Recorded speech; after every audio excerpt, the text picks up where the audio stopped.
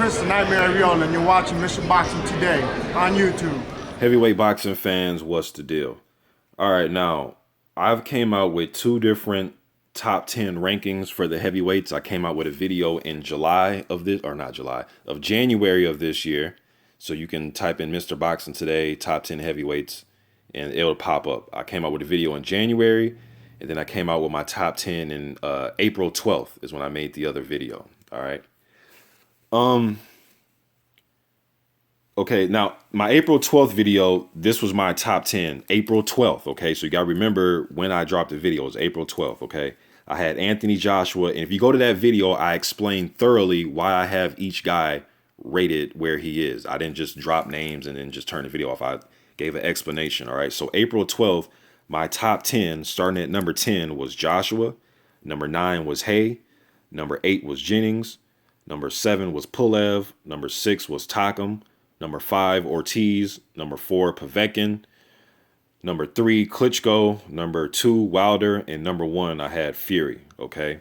Now with the Klitschko and Wilder thing, a lot of people were saying I had Wilder too high. A lot of people thought I should have had him at number 4. There were some dudes on there saying he shouldn't have been top 10, but I know where they were going. They were just trying to troll and hate. And I can understand. Maybe I did have Klitschko a little bit low at 3. Maybe I should have had him at 2. But again, like I said in that video, my top 10 has nothing to do with ESPN. It has nothing to do with what country they're from, their haircut, what type of clothes they wear. If I personally like them, it had nothing to do with that. It just was the eye test for me, and where I see them going in the next few years and what I thought, what I thought of them at that moment. So with Klitschko having a long reign, being the consensus number 1 guy, then when he loses, maybe I did drop him down a little bit too far. Maybe he should have been number 2 behind Fury. Okay, so you give and take. Just because I'm saying it doesn't mean it's written in stone. That's why I always encourage you guys to leave your top 10 in the comments section. Instead of arguing with me about mine, no, I'm going to tell you my top 10, then leave yours in the comments section, and then let's converse like that. All right. Now, with the new top 10 I'm going to do, with everything that's been going on in the division, with the canceled fights and fights get talked about, then they don't get made, so on and so forth. I don't even feel like rehashing everything, but we know everything has been going on, drug tests and just all the bullshit that we went through this year, the first 10 months of this year. Almost feel like, there's 10 guys who I would have in the top 10, but as far as rating them, I don't even want to rate guys with numbers no more until they all start fighting each other, man. I really don't want to rate none of these guys till they get in the ring. But what I will do is I will give you 10 fighters who I would have in a top 10. But as far as rating them, I don't know where to rate these guys, man. I really don't. Now, I could put numbers next to these guys if I really wanted to.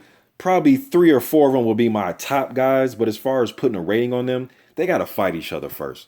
I'm just not going to do no more top 10s until they all start fighting each other. But what I will do is the honorable mention guys who I wouldn't have in my top 10. I'll have them honorable mention guys like Johan Duhaupas, Jarrell Miller, Gerald Washington, Andy Ruiz Jr., Carlos Takam, Huey Fury, David Price, Dillian White. There's some good prospects, Adrian Granat,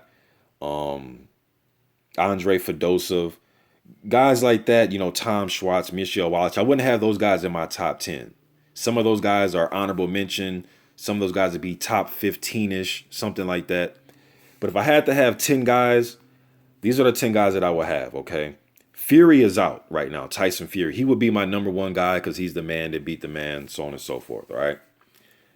If you force me to make a top 10, and again, some of these guys are interchangeable, but Wilder, Klitschko, Povetkin, Ortiz, Joshua, Pulev, Parker, Brown, Hay, Jennings.